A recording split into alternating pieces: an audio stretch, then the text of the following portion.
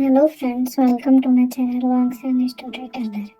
पिछले पार्ट में हमने देखा कि कैसे विंग एम्परर के महल में जाकर अपने एडवर्टाइजमेंट करवाता है चीजों का, और कैसे वो अपने बच्चों को ढूंढ रहा है और कैसे उसको पता चलता है कि उसके बच्चे ध्यान में है, जिससे वो काफी ज्यादा कंफ्यूज हो जाता है। अब आगे कुछ टाइम और आगे बढ़ा और विंग ने अपनी एक छोटी सी सेना बना दी, जिसमें सिर्फ बीटा और ओमेगा ही थे। ओमेगा वो जिनको वेंचर जबरदस्ती अपने साथ लेकर आया था, और राज्य के अलग अलग जगहों से आए हुए ओमेगा एंड बीटा, जो भी मतलब भर्ती होना चाहते थे सेना में, जो मजबूत होना चाहते थे।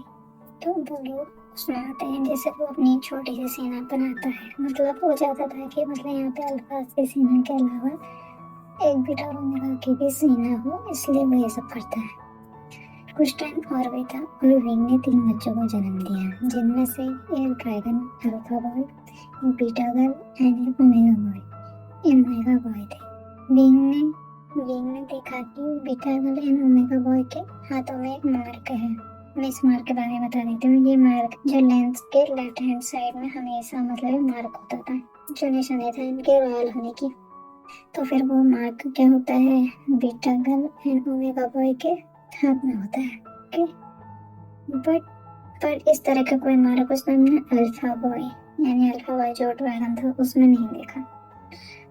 ठीक, तो उसने उन तीनों का नाम रखा।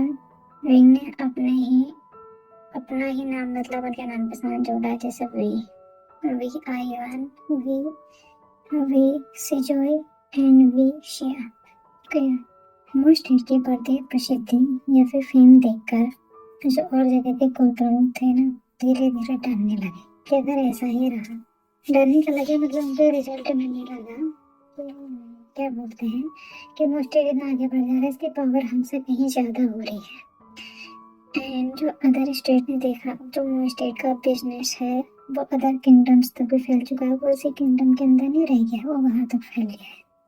और मोस्टेड की चीजों की मांगे बढ़ती जा रही हैं, मतलब इतनी ज्यादा अच्छी भी नहीं, मांगे बढ़ती जा रही, कपड़े खाने से लेकर अदर अदर चीजें जो जो वो कर रहे थे।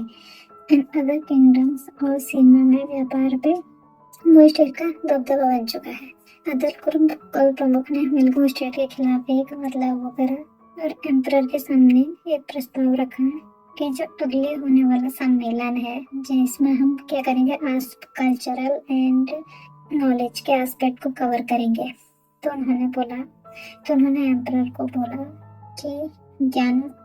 कि हम इस वाले जो भी होगा सम्मेलन, इसमें हम ज्ञान और संस्कृतियों का आदान प्रदान करेंगे, जिसमें हम सीखेंगे और सिखाएंगे, जिसमें सिर्फ एक स्टेट ही नहीं, पूरा का पूरा किंगडम आगे बढ़ेगा।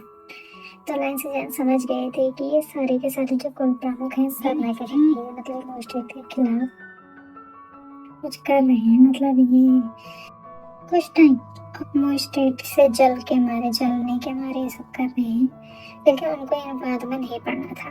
तो उन्होंने आदेश जारी करवाए कि इस बार का जो सम्मेलन है उसमें संस्कृति और ज्ञान का आदान प्रदान होगा।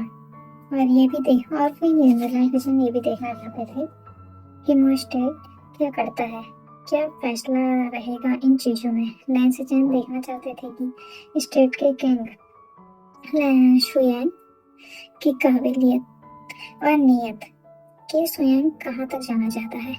माना कि वो अभी वो स्टेट की हालत बदल रहा है, पर क्या वो इससे भी ज्यादा चाहता है?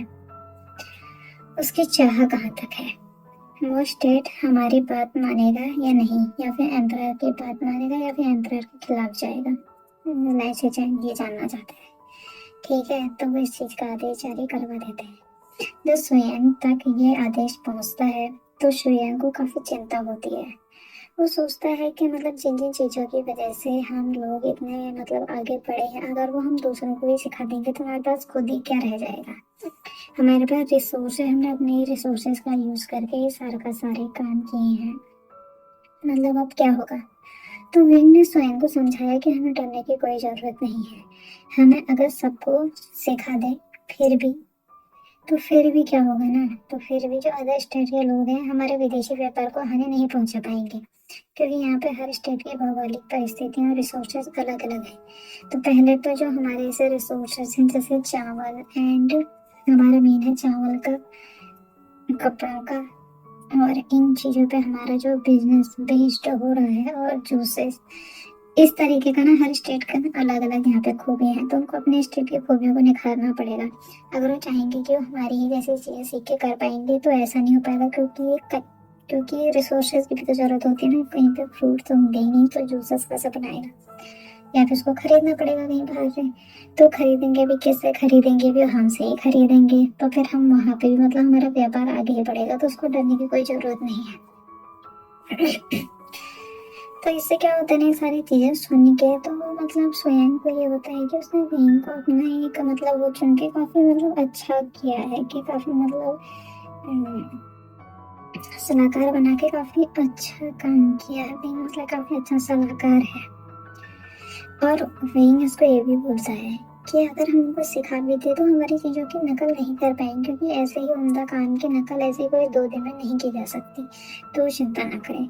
वेइंग की बातों से स्वयं निश्चिंत हो गया, और एक हामी भरते हुए उसने संदेश एम्परर्स तक पहुंचाया कि वो इस संगोष्ठी में कुछ टाइम, जो पूरे 30 दिन तक चलने वाली है, ठीक है, उसमें क्या है ना, जो भी मतलब सम्मेलन है, इसमें जो 30 दिन का जो सम्मेलन चलने वाला है, इसमें वो अपने वो क्या बोलते हैं, वो मतलब वो स्टेट भी इसमें शामिल होगा। तो जो ये सम्मेलन होता था ना, ये 30 दिन तक चलेगा। और किंग, जो स्टेट के किंग्स होते थे, कुल प्रमुख, उनका परिवार या फिर कोई इंपॉर्टेंट लोग उनको लेकर वहाँ पे जा सकते थे, या फिर जितने लोग हो चाहे। लेकिन जिसमें हर स्टेट के कुल प्रमुख, जैसे अब क्या होता है ना, इसमें क्या होता है ना, हर स्टेट के कुल प्रमुख आए हुए थे। तो हर स्टेट का कुल प्रमुख होता है ना, ये चाहता था कि सबसे पहले तो उनका ये था कि लैंड सिचेन या फिर लैंड वांजी, इनसे इनके बेटियों की इनकी शादी हो जाए। लेकिन लैंड वांजी और लैंड सिचेन ने मतलब अब अदर मतलब उनकी इतनी शादी विवाह हो चुके थे ना कि अब वो मतलब विवाह नहीं करते, उनका ना ही था। तो उनका ये था कि अब ये उभरता हुआ सितारा सिंह है, उभरता हुआ मतलब ये स्वयं है, और स्वयं के तो फिर हम स्वयं से अगर वो बनाए तो हमको भी काफी ज्यादा फायदा होगा विदेशी व्यापार के मामले में, और उनको सिखाएगा भी, मतलब ज्यादा से ज्यादा अच्छे से अच्छा वो करेगा। ये सम्मेलन से ज्यादा बेटर तो वो चाह रहे थे कि हम स्वयं को मतलब अपनी बेटियां इनसे मतलब उसका मतलब विवाह का प्रस्ताव रखें। तो जो जियांग स्टेट होता है ना, उसका किंग होता है जियांग फैमिया। तो जियांग फैमिया चाहता था ना कि यानली के साथ ये स्वयं हो जाए, क्योंकि यानली एक ओमेगा थी और मोस्ट ओमेगा एंड बीटा का भी सम्मान किया जाता था। ये उसको पता था कि मतलब वहाँ पे बीटा और ओमेगा भी काफी सक्षम है। लेकिन यानली था, उसको जिंजू शुआन पसंद था, पसंद होता है। तो वो ये जब उसको ना ये सब पता चलता है कि उसके पिताजी मतलब किस तरीके का उसका फ्यूचर बनाने की सोच रहे हैं, तो उसको काफी ना दुख होता है। वही आंधी, उसको काफी दुख होता है, लेकिन वो सोचती है कि मतलब कुछ ना कुछ मतलब उससे उसमें होती है दुख मिलती है। वही आंधी का एक ओमेगा सर्वेंट होता है सिंचन। तो सिंचन होते हैं, तो यानी एंड सिंचन में काफी ज्यादा ना दोस्ती होती है। यानी ने उसको ना बिल्कुल भी सिंचन को बिल्कुल भी नौकरों की तरह नहीं रखा था, मैंने एज अ फ्रेंड की तरह अपने साथ ही रखा होता है, हर चीज से बचाया होता है। तो सोचती है कि मतलब उस सिंचन को भी अपने साथ ही संगोष्ठी में ना लेके मतलब जो भी सम्मेलन था इसमें लेके जाना चाहती है। वो बोलती है तो उसको मतलब हमें भर देती कि हाँ, कि मतलब उनके साथ कोई नौकर वोकर भी तो होना चाहिए। इस तरीके से उसके जियान फैमिली, जियान और जियान ये सब उसकी बात मान जाते हैं। सिंचन काफी सीधा टाइप का ओमेगा था। उसको दुनिया में ये हल्ले के अलावा कुछ ही का पता ही नहीं था कि दुनिया में कोई और भी लोग हैं। उसको लगता था कि ये हल्ले ही उसकी पूरी दुनिया है। उसने ना कोई शादी का सोचा होता है, मतलब किसी का सोचा नहीं होता। उसको ऐसा लगता है कि जहाँ यानी जाएगी मतलब वहाँ आफ्टर मैरिज वो वहीं जाएगा उसी के साथ, इस तरीके का होता है। तो सिंचन काफी एक सीधा ओमेगा, उसने पूरी दुनिया में सिर्फ यानली ही थी। बचपन से ही उसके परिवार ने उसे जियांग्स के यहाँ काम पे भेज दिया था। तो सिंचन होता है, उसको बचपन से यहाँ पे काम के लिए भेज दिया। फिर जैसे जैसे टाइम बीता, शिनचैन अपनी फैमिली को भूल गया और उसकी फैमिली के लिए वो एक अनजान होकर रह गया।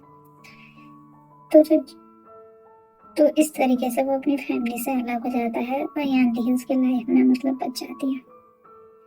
तो जियान फेंगमिया थे, जियानियो और यानली और जियान चैन ये सब जा रहे थे, उनके साथ शिनचैन जा रहा था और उनके कुछ अदर नौकर ये सब जा रहे थे। और वहाँ वो स्टेट से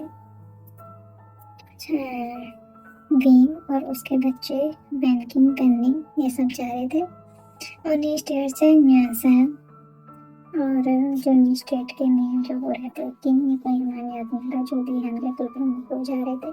ये संगोष्ठी, इस जो भी सम्मेलन था, इस समारोह जो भी सम्मेलन समारोह में जब विंग कैपिटल में इसकी एंट्री करता है तो विंग एक हॉर्स पे सवार होता है और उसने अपने लंबे बालों को ना, जो उसके लंबे बाल थे उनको बिल्कुल ही ऊपर की तरफ ने खींच के बांधा हुआ था, मतलब जैसे आदमियों की तरह उसका बदला हुआ था, बिल्कुल ऊपर की तरफ बांधा हुआ। जिससे स्वयं आगे घोड़े पर सवार था और उसके पीछे भी विंग के 3 बच्चे उसमें थे। विंग के साथ साथ वैनजिंग और वैनिंग ये सब भी थे, अपने अपने जो भी होते हैं हॉर्सेस में सवार थे। और जो विंग के बच्चे थे वो पालकी में, और उनके साथ एक छोटी सी ओमेगा एंड बीटा की सेना भी थी। ओमेगा बीटा अल्फा जिसमें सबके सामने स्तंभ सेना भी थी। थोड़ा आगे चलने पर विंग ने देखा कि जियांग राजकुमारी यानली ये पालकी का पहिया होता है ना, वो जमीन के अंदर धंस गया है। तो लोग उसको निकालने की कोशिश कर रहे हैं पर वो निकाल नहीं पा रहे हैं। तो उस वक्त ऐसा था कि मतलब यानली ऐसे उससे बाहर भी नहीं निकल सकती थी। तो उन पहियों को निकालने के लिए ना कोई और लोग मदद भी नहीं कर रहे, जो उनके नौकर वोकर होते हैं वही मदद कर रहे होते हैं। और शिनचैन में तो इतनी ताकत थी नहीं, वो एक ओमेगा था तो वो निकाल नहीं सकता था। लोग धीरे धीरे कोशिश कर रहे थे और उसमें जियांग फैंग ये लोग भी मतलब ये लोग मदद मतलब वो भी नहीं कर रहे थे, ये लोग भी आ रहे थे। लेकिन इसमें क्या रहता है तो विंग और सुयांग होते अपने घोड़े से उतरते हैं, पहियों को निकालने में मदद करते हैं, सुयांग मदद करते हैं। तो फिर वो क्या करते हैं ना, जो विंग होता है विंग और सुयांग हाथ लगाते हैं तो वो निकल जाता है। तो विंग और सुयांग फिर से अपने पे बैठ जाते हैं, यानी उनको धन्यवाद करती है और अपने घोड़े पे बैठ जाती है। निकालते के टाइम ना सुयांग ने ना शिनचैन को देखा, उसे शिनचैन थोड़ा अच्छा सा लगा और उसको पता चल गया कि ये उसका ट्रूमेट है, यानी शिनचैन यहाँ पे सुयांग का ट्रूमेट है। उस टाइम सुयांग आगे बढ़ गया, उसको पता था कि ओमेगा जियांग के साथ है, तो उसे यहाँ से जाना अभी तो मतलब उसको मिल ही जाएगा, अभी उसे यहाँ से जाना होगा क्योंकि यहाँ पे साथ रास्ता वास्ता ब्लॉक हो गए। सारे लोग दरबार पहुंचे, फिर विंग भी अपने बच्चों के साथ दरबार पहुंचा, विंग और उसके साथ उसके 3 बच्चे।